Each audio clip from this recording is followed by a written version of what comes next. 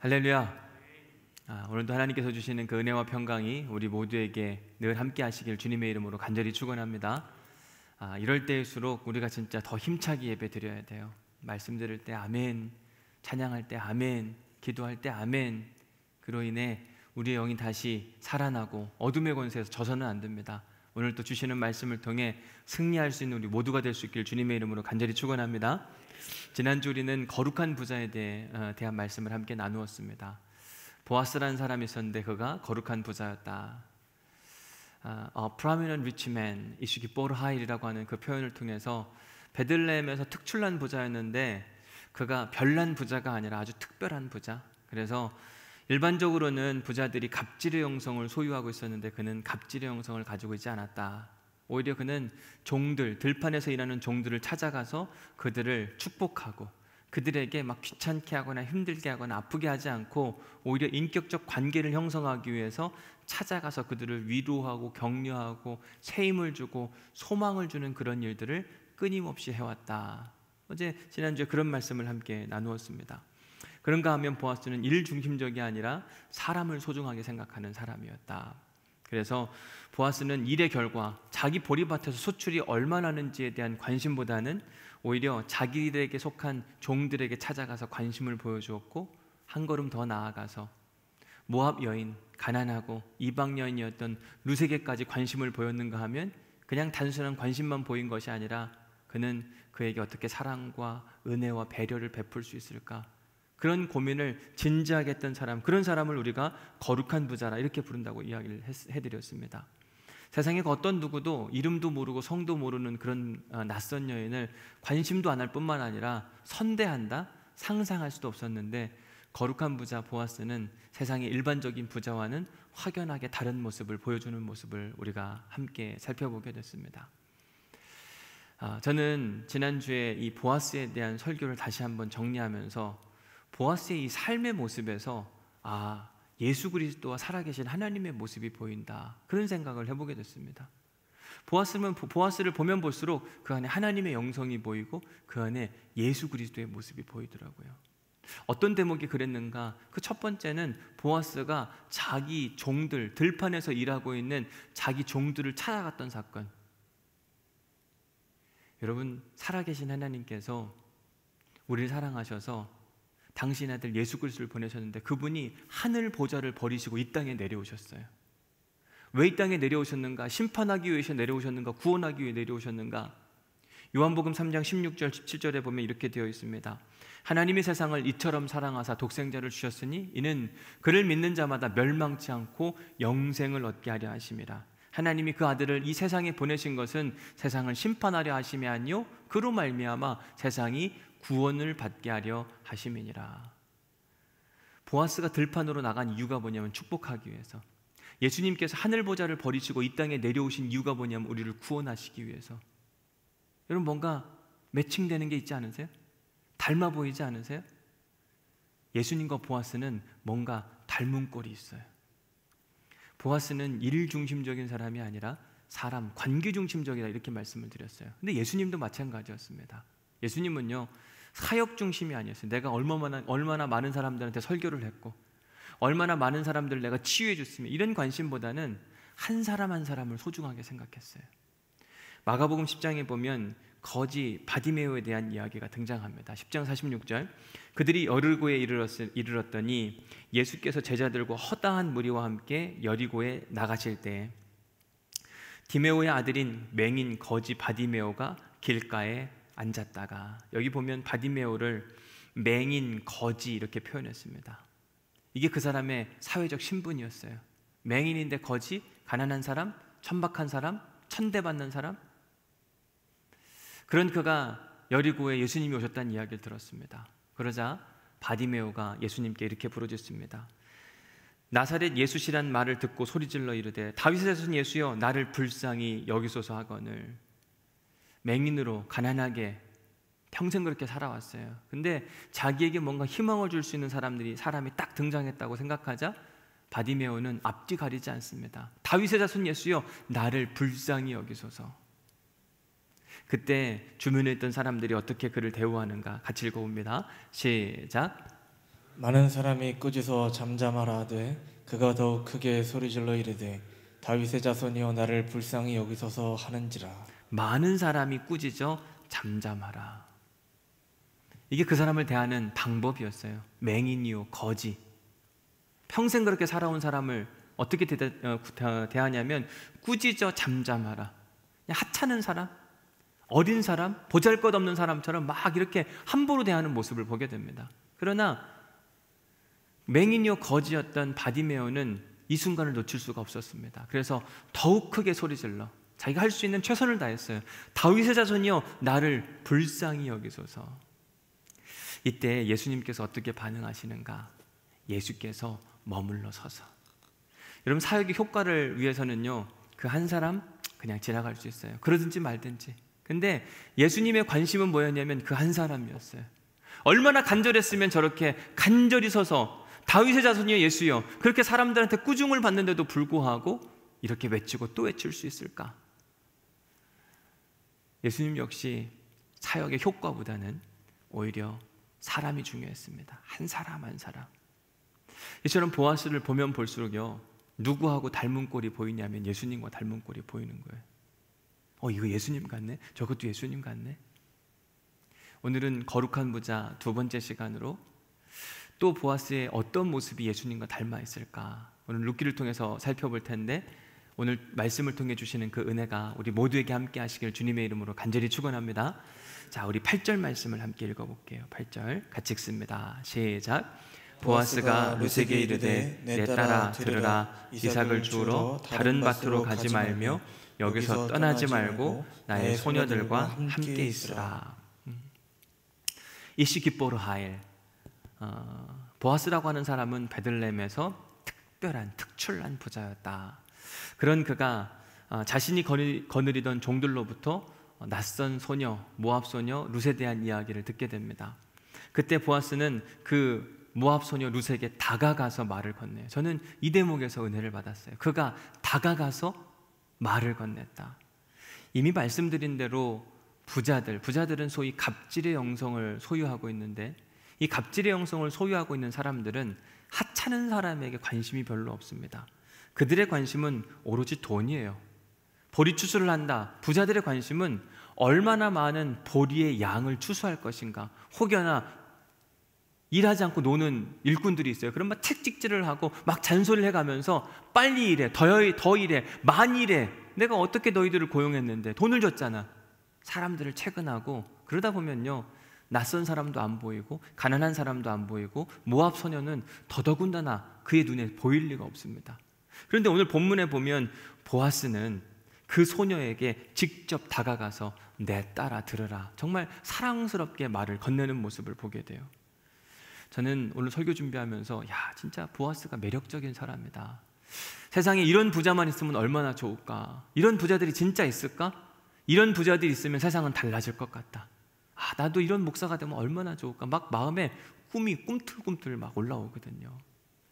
거룩한 부자 보아스는 베들레헴에서 부정한 사람 취급을 받으면서 서럽게 살아야만 했던 가난한 과부 룻에게 찾아갑니다. 그리고 그를 사랑스럽게 불러요. 내 딸아 들으라. 내 딸아 들으라. 이 한마디가 주는 이 메시지의 힘이 엄청나거든요. 어떤 사람들은 이런 사랑스러운 보아스의 부름, 다정다감한 보아스의 이 부름을 은큼하게, 음흉하게 생각하는 사람들이 있어요. 왜냐하면 보아스는 부자예요. 나이가 많습니다. 모압 소녀 룻은 어려요. 가난해요. 요즘 우리 문화로 보면 어떤 일이 벌어질까요? 부자가 가난한 여자를 이성적으로 접근해서 성적으로 넘보려고 한다. 이게 우리들의 시각이에요. 그런데 보아스는 그런 사람이 아니에요. 여러분 룻기 3장 7절 말씀에 보면 이렇게 되어 있습니다. 보아스가 먹고 마시고 마음이 즐거워 가서 곡식단 더미의 끝에 눕는지라 룻이 가만히 가서 그의 발치 이불을 들고 거기 누웠더라. 지금 그 보리 추수가 다 끝난 거예요. 풍성한 곡식을 얻었습니다. 너무 기쁘고 즐거운 거죠. 감사한 마음 가운데 보아스가 잔치를 연 겁니다. 파티를 연 거예요. 모든 종들과 모든 식구들을 다 불러다 놓고 함께 먹고 마시고 즐거워서 이제는 완전히 취해 있는 상태입니다. 잠이 들었어요. 누군가 이불을 덮어줬겠죠. 그때 룻이 보아스가 덮고 있는 이불을 슬며시 들고 그의 발치에 누웠다고 이야기를 해요. 그 말인즉슨 이 부자의 인생을 살았던 보아스가 잘못된 이상한 마음, 음흉한 마음만 먹기만 했다면은요, 그냥 이 자기 발치에 누워있는 여성, 깜깜하니까 아무것도 안 보일 거 아니에요. 누가 누워있는지 없는지, 웬 여자가 여기 누워있어? 그리고 성적으로 그를 노리게 삼을 수도 있었거든요. 그런데 보아스가 이 룻에게 어떻게 행동하는가 보십시오. 3장 8절 말씀 볼게요. 밤중에 그가 놀라 몸을 돌이켜 본즉, 한참 자고 있는데 몸을 돌이키다 보니까 지금 누가 있냐면 한 여인이 자기 발치에 누워 있는 겁니다. 음흉한 사람들은요 그냥 안 둬요. 그죠? 근데 보아스가 어떻게 하는가? 룻기 3장 13절에 보면 이 밤에 여기서 머무르라. 아침에 그가 그 기업 물을 자의 책임을 내게 이행하려 하면 좋으니 그가 그 기업 물을 자의 책임을 행할 것이니라.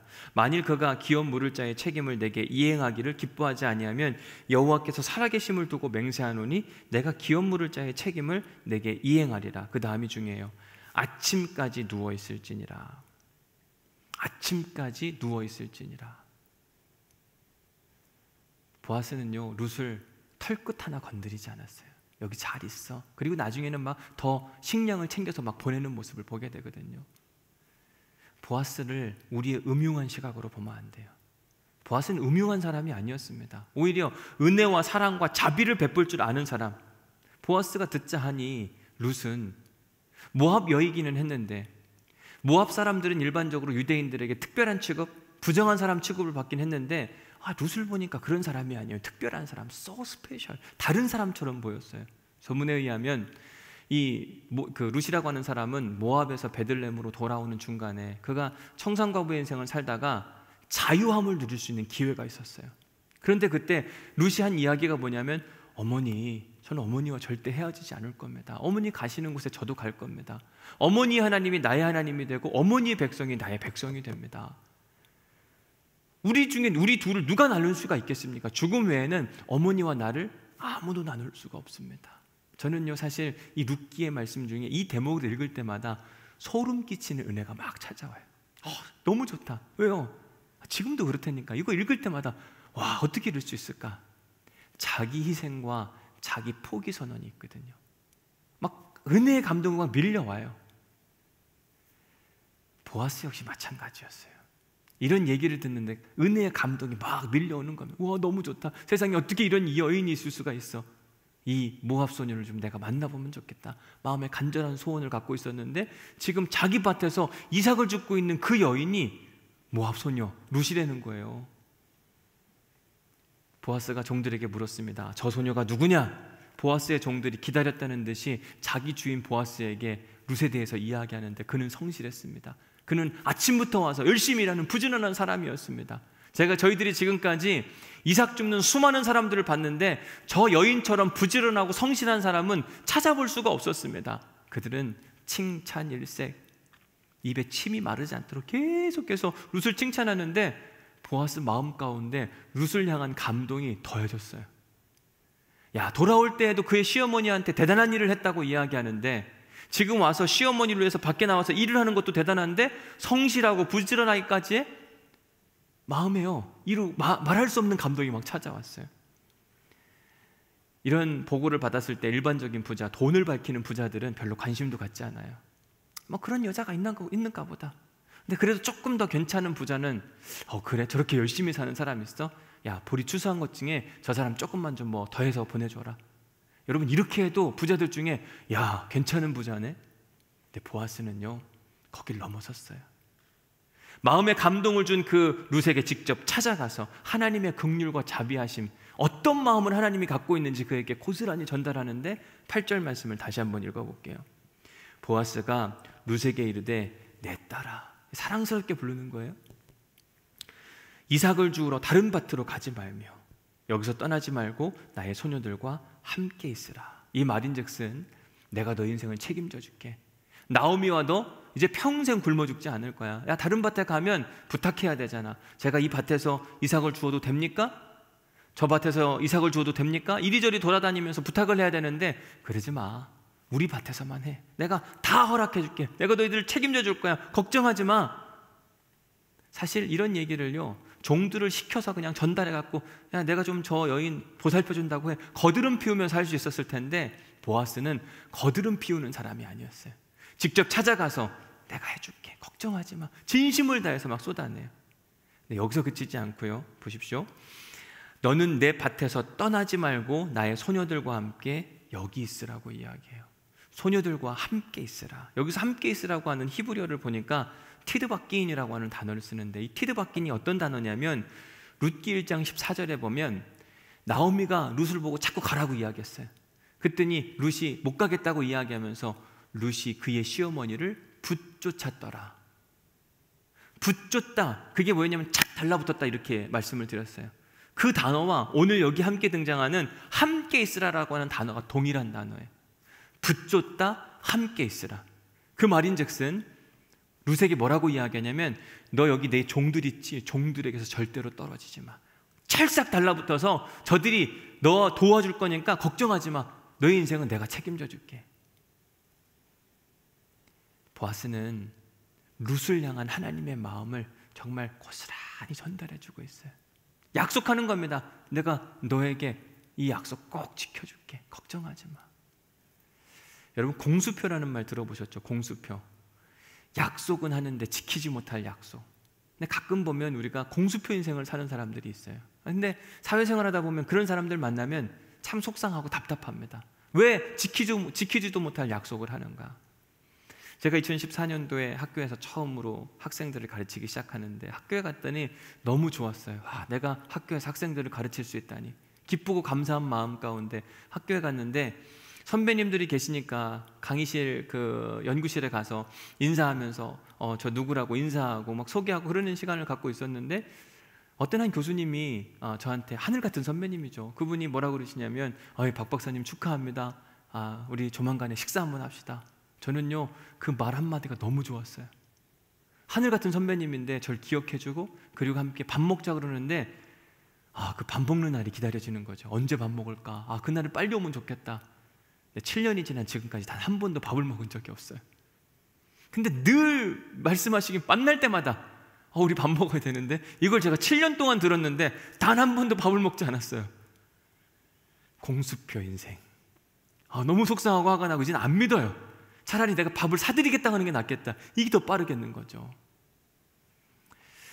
공수표 인생을 안 살고 싶은데 제가 오늘 설교 준비하면서 나는 그러면 공수표, 뭔가 약속을 남발하고 약속을 안 지킨 적이 없나? 물론 많겠죠. 근데 설교 준비하다 문득 이 청년들하고 했던 약속이 하나 있는데 그걸 못 지켰던 생각이 나요. 평일이었는데 청년들이 교회에 와서 있더라고요. 왔다 갔다 하길래 너네들 왜 왔니? 무슨 모임 있니? 그랬더니 뭐라고 이야기하냐면 책 모임을 한다 그러더라고요. 자기들이 책 하나를 정해서 함께 책을 읽고 토론하고 그런 이 일들을 한다고 그러더라고요. 누가 시킨 게 아닌데 자기들끼리 해보는 거예요. 너무 기특해서 야 너희들 내가 밥 사줘야 되겠다. 우리 밥 먹자. 근데 바쁘니까 시간이 지나면서 자꾸 잊어버리는 거죠. 이번 주 설교 준비하는데 생각이 나는 거예요. 내가 걔네들한테 약속을 했는데 계속 몇 번 얘기했어요. 저도 밥 먹어야 되는데 우리 언제 밥 먹지? 이 얘기를 몇 번이나 했거든요. 얼른 우리 청년부 목사님한테 연락을 해가지고 목사님 우리 약속 좀 잡아주면 좋겠다. 내가 그 친구들 밥 사준다고 그랬는데 밥을 못 사줬어. 그리고 다음 주 수요일 날, 원래는 목요일 날 하려고 그랬는데 안 돼가지고 다음 주 수요일 날 밥을 먹기로 약속을 했거든요. 공수표 인생 안 살고 싶은데 이게 남 얘기가 아니라 우리 모두의 이야기일 수 있습니다. 어느 때는 하나님께 공수표를 날려요. 하나님 내가 이렇게 약속하겠습니다. 이렇게 하겠습니다. 사람들한테도 약속합니다. 내가 이렇게 합시다. 저렇게 합시다. 근데 안 지켜요. 모른 척합니다. 보아스는 뭐라고 이야기했냐면 룻에게 내가 네 인생 책임져 줄게. 다른 밭에 가지 말고 여기서만 있어. 약속했어요. 근데 공수표가 아니었어요. 9절 말씀 볼게요. 9절 말씀 시작. 그들이 베는 밭을 보고 그들을 따르라. 내가 그 소년들에게 명령하여 너를 건드리지 말라 하였느니라. 그 소년들에게 명령하여, 자기는요, 자기의 말을 뱉어놓고 그냥 지나간 게 아니라 자기 종들에게 이야기해 놓은 겁니다. 이 소녀 건드리지 마. 이 소녀 만약에 너희들이 건드렸다가 내가 그냥 가만 안 둘 거야? 단단히 넣어둔 거예요. 보아스는 자기가 한 약속을 지키는 사람, 공수표 신앙이 아니었습니다. 그리고 자기가 한 일에 대해서 막 생색을 내거나 작은 것 해놓고 막 이만큼 부풀려내는 누룩 같은 신앙생활하는 사람이 아니었어요. 오히려 겸손하게 진심을 다해서 자기가 할 수 있는 최선의 배려를 다 해주는 모습을 보게 돼요. 결코 쉽지 않은 일이거든요. 9절 후반절에 보면 이런 이야기가 있습니다.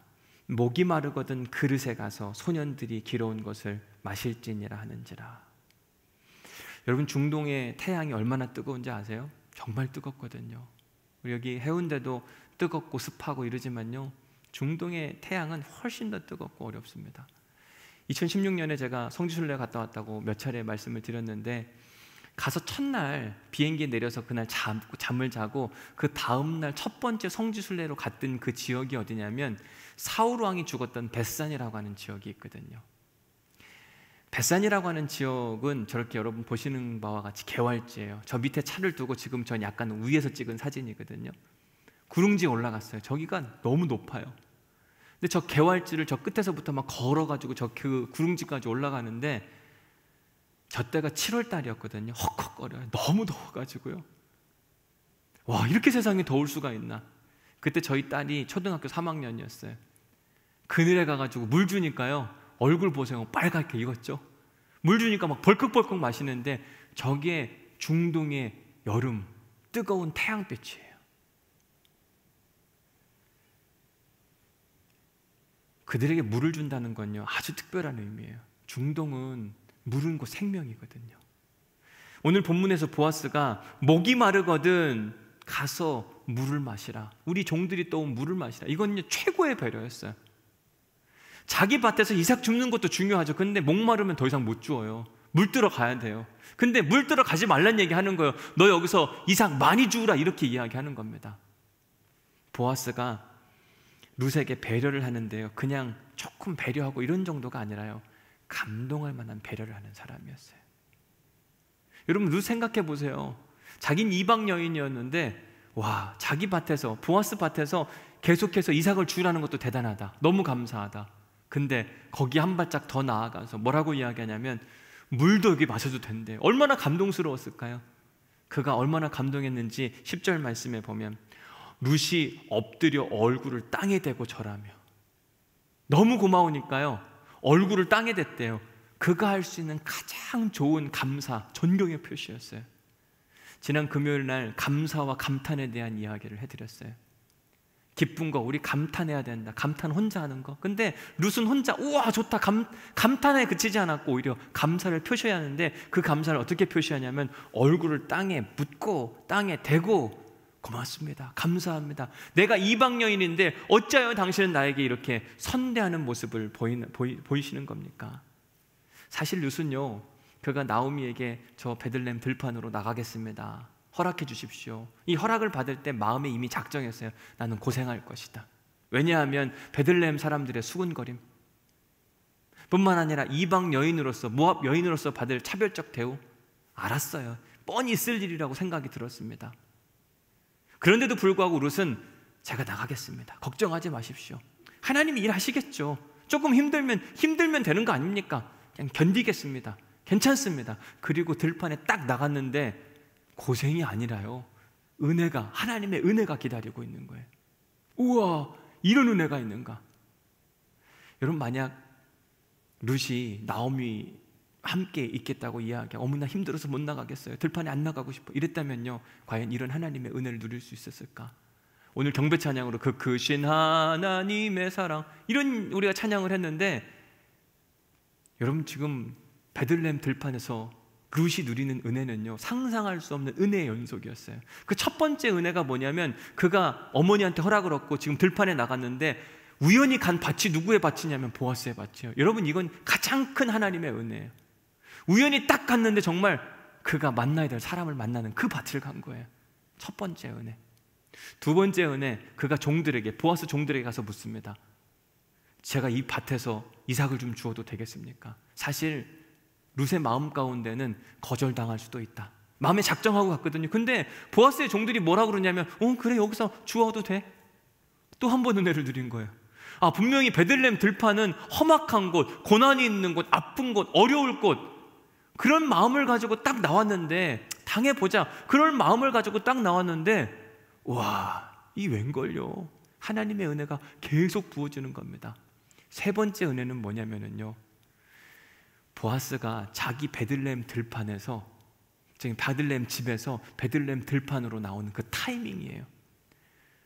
여러분, 그 보아스가 나올 수 있는 시간은 아침, 점심, 저녁 언제든지 나올 수 있었는데, 마침 언제 나오냐면 룻이 보아스의 밭에서 이삭을 줍고 있을 때 나와요. 그 타이밍, 이건 역시 하나님의 은혜. 게다가 보아스의 누에 하나님께서 긍휼과 자비함을 부어주셔서 모압 소녀, 이방 소녀, 그의 그 일함을 보고 사랑스러운 눈으로 쳐다볼 수 있는 그 은혜까지 허락해 주셨어요. 저는 룻기 말씀 보면서요, 룻기 안에 2중, 3중, 4중, 5중, 6중 끊임없이 겹쳐지는 하나님의 은혜. 나오미 가정의 회복은요, 나오미가 열심히 했기 때문이 아니에요. 룻이 열심히 살았기 때문이 아닙니다. 보아스가 열심히 살았기 때문이 아닙니다. 이 셋이 다 흩어져 있으면 아무런 퍼즐도 맞춰지지 않아요. 그런데 하나님이 그 안에 맞춰주는 거예요. 맨 처음에 나오미의 열심이 맞춰졌어요. 그리고 룻의 열심이 맞춰졌습니다. 게다가 보아스의 열심까지 맞춰졌어요. 이루고 나니까 나오미 가정에 온전한 회복이 일어나게 돼요. 이거 다 누가 만들었느냐? 하나님이 하셨구나. 하나님이 만들어 가시고 이끌어 가시는 그 은혜의 숨결. 하나님께서 보아스를 캐스팅하면서 그에게 캐릭터를 줬는데, 이시기보르하엘, 너는 특별한 부자가 되어야 된다. 근데 그 특출난 부자가 어떤 부자냐? 그냥 자기 자신만 생각하는 그런 부자가 아니에요.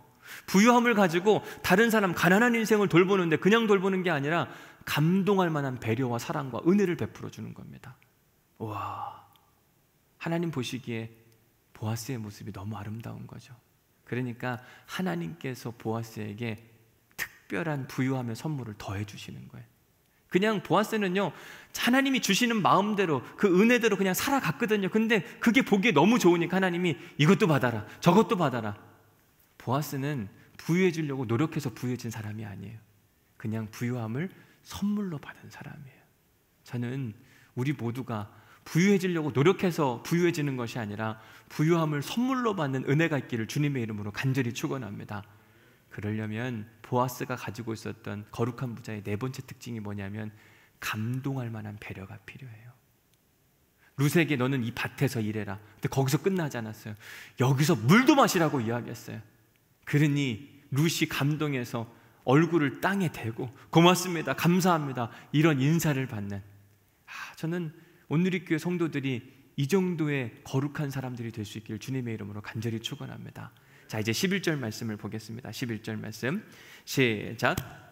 보아스가 그에게 대답하여 이르되 내 남편이 죽은 후로 내가 시어머니에게 행한 모든 것과 내 부모와 고국을 떠나 전에 알지 못하던 백성에게로 온 일이 내게 분명히 알려졌느니라. 11절 말씀에 보면 거룩한 부자 보아스의 다섯 번째 특징이 등장하는데, 보아스는 좋은 것만 기억하는 사람이었어요. 나오미와 룻이 베들레헴에 도착했을 때 베들레헴 사람들이 수군수군 거렸습니다. 룻기 1장 19절 말씀에 보면 이에 그 두 사람이 베들레헴까지 갔더라. 베들레헴에 이를 때에 온 성읍이 그들로 말미암아 떠들며 이르기를 이가 나오미냐 하는지라. 베들레헴 시민 중에 한 사람이었던 보아스 역시 모든 소문을 다 들었습니다. 얘네들이 어땠더라, 뭐 어떤 인생을 살았더라, 모압에서는 또 어떤 일이 있었고, 모든 얘기를 다 들었어요. 근데 사람들이 이야기를 전할 때 좋은 이야기보다는 부정적인 이야기를 훨씬 더 많이 전합니다. 안 좋은 소문들. 보아스도 다 들어서 알았어요. 나오미가 그랬대, 룻이 그랬대. 근데 보아스의 관심은 부정적인 이야기가 아니었어요. 오히려 나오미와 룻의 사랑스러운 이야기. 시어머니 나오미가 며느리 룻을 배려해서 돌아가, 모압 땅으로 돌아가, 이렇게 했던 그 이야기들. 뿐만 아니라 룻이 시어머니 나오미에게 어머니 그런 이야기 하지 마십시오, 저는 어머니를 평생 모시고 살 겁니다, 아름다운 효에 대한 이야기. 그 이야기가 마음 가운데 남아있는 거예요. 그래서 오늘 본문 11절을 다시 보면 보아스가 그에게 대답하여 이르되 내 남편이 죽은 후로 내가 시어머니에게 행한 모든 것과 내 부모와 고국을 떠나 전에 알지 못하던 백성에게로 온 일이 내게 분명히 알려져 있다. 이게 각인되어 있는 거예요. 보아스는 안 좋은 이야기보다 좋은 이야기를 각인하고 살아가는 사람이었어요. 여러분, 하나님이 부유함을 선물해 주고 싶은 사람, 거룩한 부자, 어떤 사람이냐? 부정적인 이야기를 생산하고 부정적인 이야기를 전달하고 부정적인 이야기로 공동체를 뒤흔드는 사람이 아니에요. 바울의 이야기를 기억하세요. 비판하지 말라, 판단하지 말라. 오히려 보아스는 과부였고 가난했고 모압 여인으로서 유대 사회에서 부정한 사람으로 취급받던 한 여인의 아름다운 이야기만 가슴에 새기고, 저 아름다운 인생을 산 사람을 어떻게 다시 살아나게 해줄 수 있을까? 어떻게 축복해 주는 것이 옳은 걸까? 보아스는 이런 고민을 했거든요. 12절 말씀, 여호와께서 내게 행한 일에 보답하시기를 원하며. 왜냐하면 너무 좋은 기억만 많으니까 하나님이 널 보답해 주셨으면 좋겠다. 이스라엘의 하나님 여호와께서 그의 날개 아래 너를 품어 안아 주시면 좋겠고 내게 온전한 상을 주시기를 원하노라. 왜 사람들은 보아스를 거룩한 부자라고 부르는가? 보아스는 부자이면서 어떻게 하나님의 구원 역사 안에 들어갈 수 있었을까? 분명 예수님께서 말씀하시기를 부자는 하나님 나라 들어가는 것이 낙타가 바늘길을 통과하는 것보다 어렵다고 이야기했는데, 이 부자에 대한 부정적인 인식을 다 깨뜨려준 사람이 있는데 그게 바로 보아스예요. 어떻게 보아스는 그럴 수가 있지? 저는 설교 준비하면서 보아스에 대한 여러 가지 질문들이 있었는데 오늘 설교 준비하면서 많은 부분들이 해결됐어요. 아, 그래, 보아스에게 이런 특별함이 있었구나. 그래, 보아스가 돈이 많은 부자이긴 맞는데 이시 기뻐로 하일 특출난 부자였는데, 단순한 특출난 부자가 아니라 그는 하나님이 기뻐하시는 거룩한 삶을 추구했어요. 그는 부유한 삶을 추구한 사람이 아니라 거룩한 삶을 추구했더니 하나님이 부유함을 선물로 주신 거예요. 이게 특별한 은혜예요. 사람들은 누구나 다 부자가 되고 싶어 해요. 그러나 보아스의 부유함은 자기가 열심히 노력하고 애를 썼더니, 아침부터 저녁까지 수고했더니, 이런 이야기가 성경에 등장하지 않아요. 오히려 그는 거룩한 삶, 일을 대하는 태도. 여러분, 거룩함은 예배에 나오는 것만이 거룩함이 아니에요. 일을 대하는 태도가 달라야 됩니다. 사람을 대하는 태도가 달라야 됩니다. 그러한 다른 태도로 사람들, 이게 뭐냐면요, 삶의 예배자예요. 예배를 드렸는데 그 예배의 모습이 거룩하게 어디로 가냐면 삶의 현장까지 가는 거예요. 사람들과 만났을 때 거기서 또 보이는 겁니다. 그러자 하나님께서 그에게 부유함을 선물로 허락해 주시는 겁니다. 저는 우리 온누리교회에 있는 모든 성도들이 이런 거룩한 부자 될 수 있기를 주님의 이름으로 간절히 축원합니다. 부유함을 추구하는 사람이 아니라 거룩함을 추구했더니 하나님이 부유함을 선물로 주시면 얼마나 좋아요. 이제 오늘 말씀을 정리합니다. 오늘 또 은혜 받은 말씀을 함께 적어보도록 하겠습니다. 오늘은 보아스의 이 거룩한 부자의 두 번째 이야기를 함께 나누었습니다. 첫 번째 이야기할 때는 뭘 이야기했냐면 배려. 보아스가 배려하는데 감동할 만한 배려를 했다. 여러분, 우린 누군가한테 막 선대하고 잘해주고 싶은데 감동할 만하게 하나? 한번 생각해 봐야 돼요. 분명 여러분들한테 주시는 메시지가 분명히 있어요. 부정적인 이야기, 우린 누군가 이야기를 들을 때 좋은 이야기와 부정적인 이야기 있으면 어떤 이야기에 훨씬 더 귀를 기울이는가? 분명 우리에게 주시는 마음의 임팩트가 있을 겁니다. 기억하셔야 돼요. 적으셔야 돼요. 지금 주시는 마음이 하나님의 마음이에요. 계속 남아있는 마음 있잖아요. 두 번째 질문은 이겁니다. 당신은 공수표 인생, 사회생활을 하고 있지는 않습니까? 약속은 하는데 지키지 못할 약속만, 내가 이거 할게요, 저거 할게요, 뭐 해놓고 막 생색내고. 생색내기 배려에 익숙하진 않습니까? 보아스는 그렇게 하지 않았어요. 보아스는 약속한 건 꼭 지켰습니다. 그리고 진심을 다해 사람을 사랑하고 배려하는 부자였는데. 마지막 세 번째 질문, 당신의 삶의 습관을 점검해 보십시오. 부정적인 이야기에 귀를 기울이십니까? 아니면 좋은 이야기만 마음에 담고 사십니까? 분명 사람에게는 두 가지 면이 다 있어요. 여러분, 저에게도 마찬가지로 좋은 면이 있고 안 좋은 면이 다 있습니다. 누구에게나 다 있죠. 근데 어떤 사람은 저 사람 안 좋은 것만 캐러 다니는 사람이 있어요.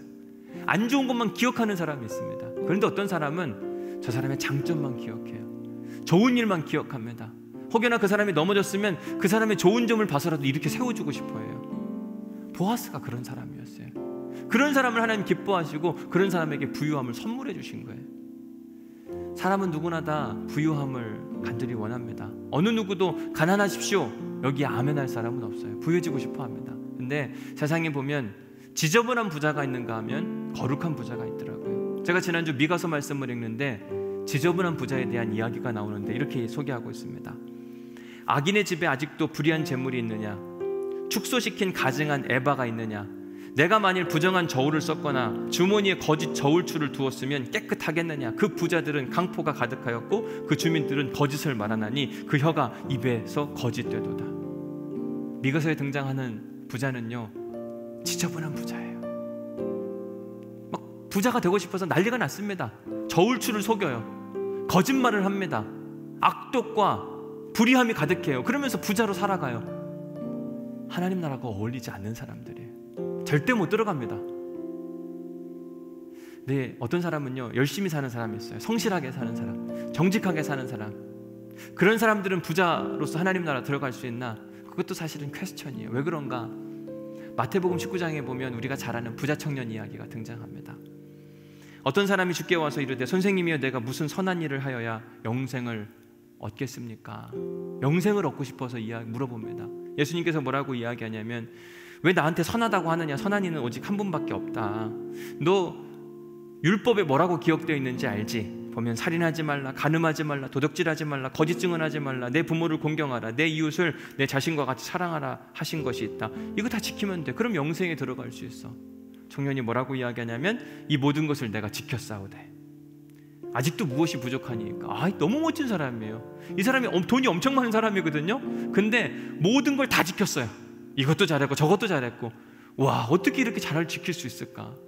근데 예수님이 이 청년에게 이런 요구를 합니다. 예수께서 이르시되 내가 운전하고자 할지인데 그러면 가서 내 소유를 팔아 가난한 사람들에게 나누어 주라. 그리하면 하늘에서 너희의 상이 크미니라.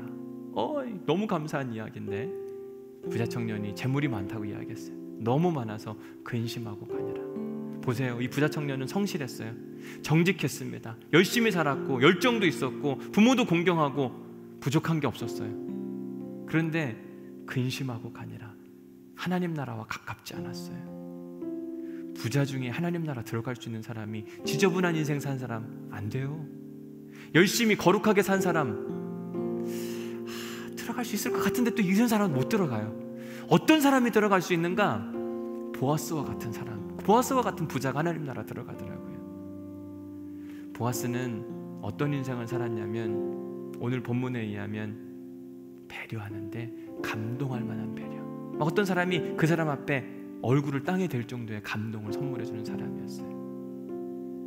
그런가 하면 그는 부정적인 이야기가 아니라 아름다운 이야기를 기억하면서 더 아름다운 이야기를 만들어가고 싶어하는 사람이었어요. 여러분, 이 모습이 예수님과 다르냐? 아니요, 저는 보아스의 모습에서 예수님이 보였어요.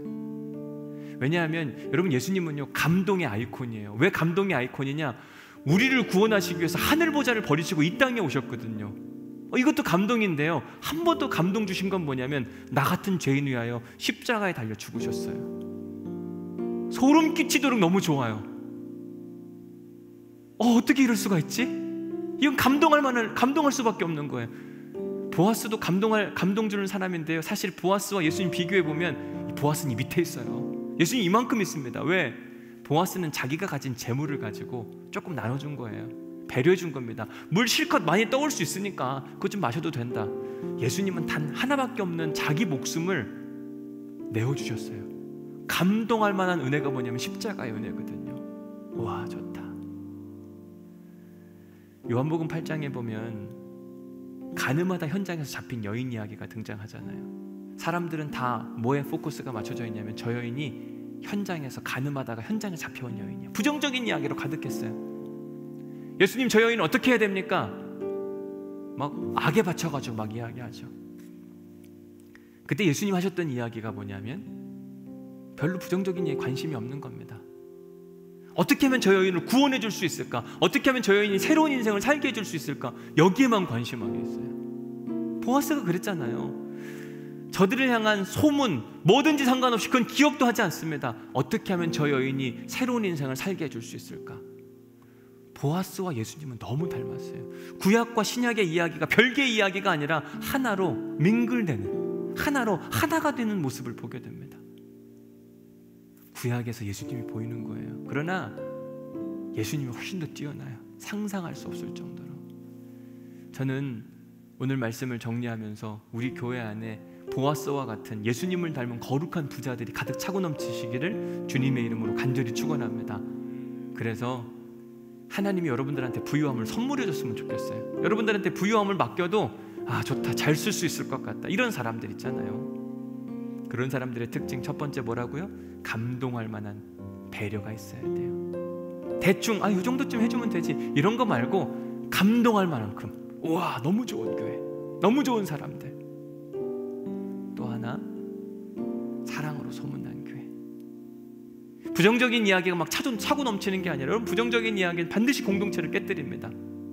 그리고 부정적인 이야기는 항상 뭔가 더해지게 되어 있어요. 이래태더라 그랬는데 조금 지나면 막 이만큼 되고, 조금 지나면 이만큼 되고, 공동체에서 암적인 존재와 같아요. 급속하게 퍼집니다. 다 죽어요. 하나님은 우리에게 거룩한 부자는 그런 인생 안 살아, 좋은 것만 기억해야 돼, 사랑으로 소문난 교회. 이번 한 주간 사랑으로 소문난 교회, 누군가를 배려하는데 감동적으로 십자가를 지는 그 은혜를 가지고 우리가 그렇게 나아가는 우리 온누리교회. 아니요, 교회는 우리라고 그랬잖아요. 내가 그렇게 해야 되는 거예요. 그런 우리 자신 모두가 될 수 있기를 주님의 이름으로 간절히 축원합니다. 우리 함께 오늘 결단 찬송할 텐데, 오늘 결단 찬송은 뭐냐면 이런 교회 되게 하소서. 진정한 예배가 숨쉬는 교회, 살아있는 교회, 믿음의 기도가 쌓이는 교회, 말씀이 살아 움직이는 교회. 그런 교회는 이웃을 사랑하고 빛 대신 주님을 전하는 교회, 사랑의 불꽃이 활짝 피어난 날마다 사랑에 빠지는 교회, 그런 교회거든요. 저는 우리 교회가 이런 교회 되길 간절히 소망합니다. 이런 교회 가운데 하나님이 거룩함을 부어주시고 부유함을 부어주시고 우리 교회를 마음껏 사용하실 거거든요. 이런 마음의 고백을 담아서 우리 함께 찬양하겠습니다. 진정한 예배가 살아 숨쉬는 교회.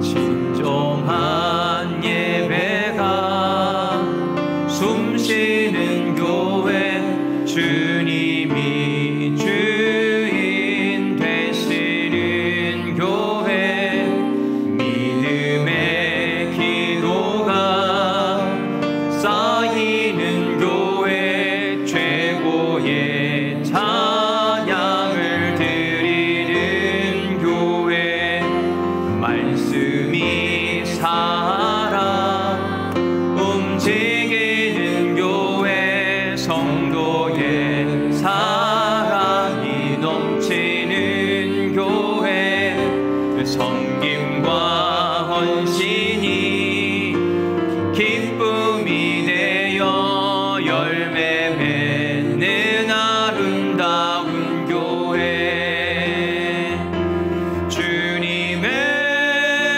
마음 닮아서 이웃을 사랑하는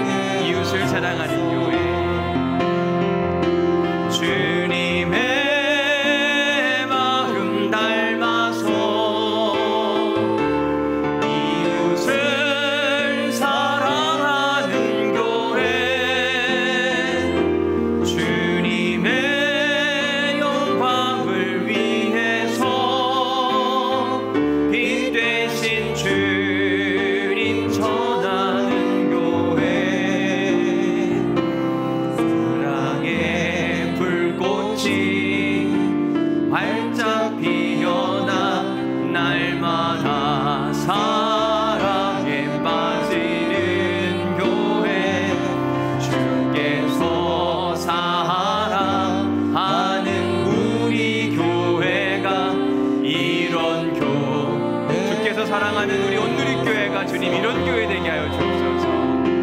주께서 사랑하는 우리 교회가 이런 교회, 주께서 사랑하시는 우리 온누리교회가 하나님 이런 교회 되게 하여 주옵소서. 사랑하는 우리 교회가 이런 교회, 우리 한 번 더 힘있게 찬양합시다. 주께서 사랑하는 우리 온누리교회가, 주께서 사랑하는 우리 교회가 이런 교회 되게 하소서. 우리 함께 기도할 때 하나님, 교회는 나라고 이야기했는데 나 자신이 하나님의 거룩한 교회가 되게 하여 주옵소서. 거룩한 부자 보아스를 본받아서 거룩한 삶을 추구하게 하여 주옵소서. 감동할 만한 배려, 십자가의 배려가 있도록 도우시고 인도하여 주옵소서. 좋은 이야기만 기억하고 넘어진 자를 일으켜 세우려고 하는 은혜의 사람들이 될 수 있도록 인도하여 주옵소서. 이런 마음을 담아서 주님의 이름을 간절히 한번 부르짖고 우리 함께 통성으로 기도하겠습니다.